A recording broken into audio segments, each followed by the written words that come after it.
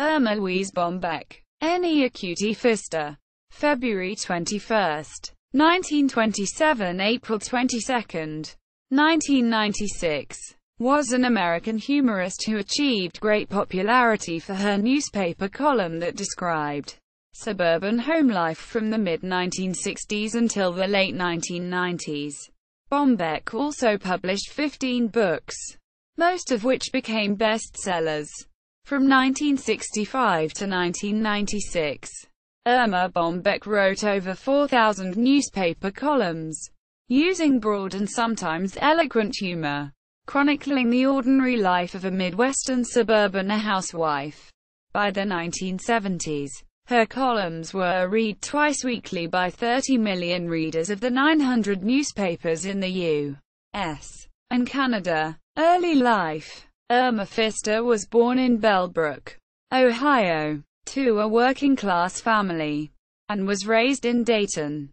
Her parents were Erma Eloquent Haynes and Cassius Edwin Fiste, who was the city crane operator. Young Erma lived with her elder paternal half-sister, Thelma. She began elementary school 1 year earlier than usual for her age, in 1932, and became an excellent student and an avid reader. She particularly enjoyed the popular humor writers of the time. After Erma's father died in 1936, she moved, with her mother, into her grandmother's home. In 1938 her mother remarried to Albert Harris, a moving van owner. Erma practiced tap dance and singing, and was hired by a local radio station for a children's revue for 8 years. Formative years. In 1940 Erma entered Emerson Junior High School, and began writing a humorous column for its newspaper, The Owl. In 1942, Bombeck entered Parker, now Patterson, Vocational High School, where she wrote a serious column, mixing in bits of humor. In 1942, she began to work at the Dayton Herald as a copy girl, sharing her full-time assignment with a girlfriend. In 1943, for her first journalistic work, Erma interviewed Shirley Temple, who visited Dayton, and the interview became a newspaper feature. Erma completed high school in 1944. Then, to earn a college scholarship fund, she worked for a year as a typist and stenographer for the Dayton Herald and several other companies, and did minor journalistic assignments, obituaries, etc., for the Dayton Herald as well. Using the money she earned, Erma enrolled in Ohio University at Athens, Ohio. In 1946, however, she failed most of her literary assignments and was rejected for the university newspaper. She left after 1 semester.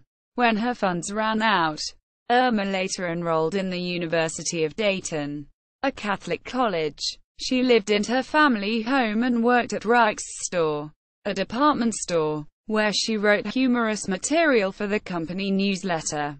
In addition, she worked 2 part-time jobs, as a termite control accountant at an advertising agency and as a public relations person at the local YMCA. While in college, her English professor, Pro. Tom Price, commented to Erma about her great prospects as a writer, and she began to write for the university student publication, The Exponent.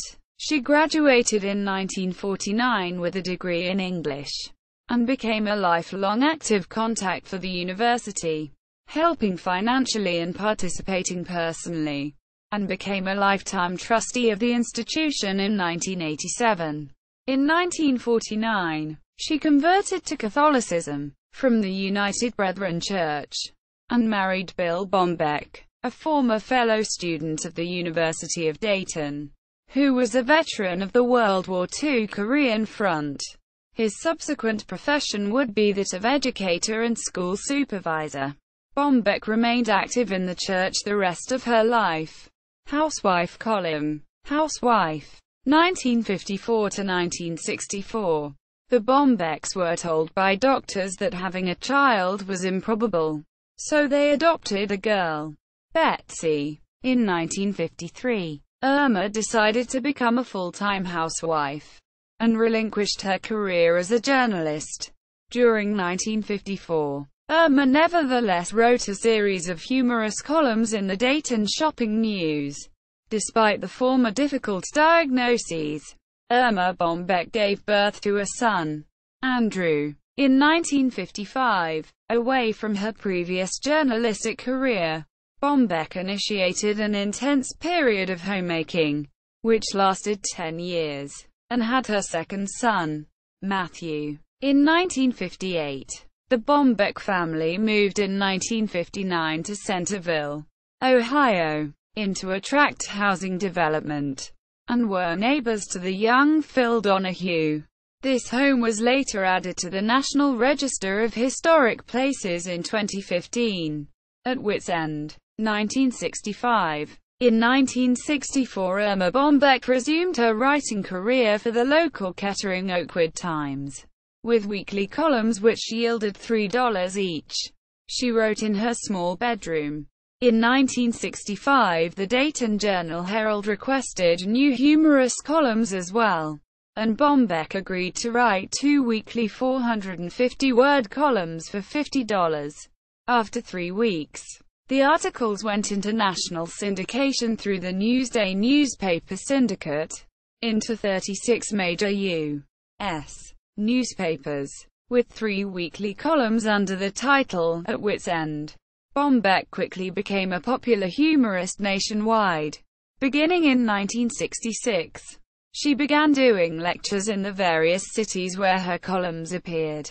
In 1967, her newspaper columns were compiled and published by Doubleday, under the title of At Wits End, and after a humorous appearance on Arthur Godfrey's radio show, she became a regular radio guest on the show. Diversified production. Success. 1970s. Aaron Priest, a Doubleday representative, became Bombeck's loyal agent. By 1969, 500 U.S. newspapers featured her At Wits End columns, and she was also writing for Good Housekeeping magazine, Reader's Digest, Family Circle, Redbook, McCall's, and even Teen magazine. Bombeck and her family moved to Phoenix, Arizona, to a lavish hacienda on a hilltop in Paradise Valley. By 1978, 900 U.S. newspapers were publishing Bombeck's column, McGraw-Hill. 1976. In 1976, McGraw-Hill published Bombeck's The Grass is Always Greener Over the Septic Tank, which became a bestseller. In 1978, Bombeck arranged both a $1 million contract for her 5th book, If Life is a Bowl of Cherries, What Am I Doing in the Pits?, and a 700,000 copy advance for her subsequent book, Aunt Erma's Coat Book. 1979. Television. At the invitation of television producer Bob Shanks, Bombeck participated in ABC's Good Morning America from 1975 until 1986. She began doing brief commentaries which were recorded at Phoenix, and eventually did both gag segments and important interviews. For several years, Bombeck was occupied with multiple writing and TV projects. In 1978, she failed with the television pilot of The Grass is Always Greener on CBS. In 1981, then Bombeck wrote and produced her own show, The Also Unsuccessful Maggie, for ABC. It aired for just 4 months, 8 episodes, to poor reviews. Nevertheless, the show meant that Bombeck was becoming quickly overworked, returning from Los Angeles to Phoenix only during weekends. Bombeck was offered a second sitcom attempt but she declined. Equal Rights Amendment.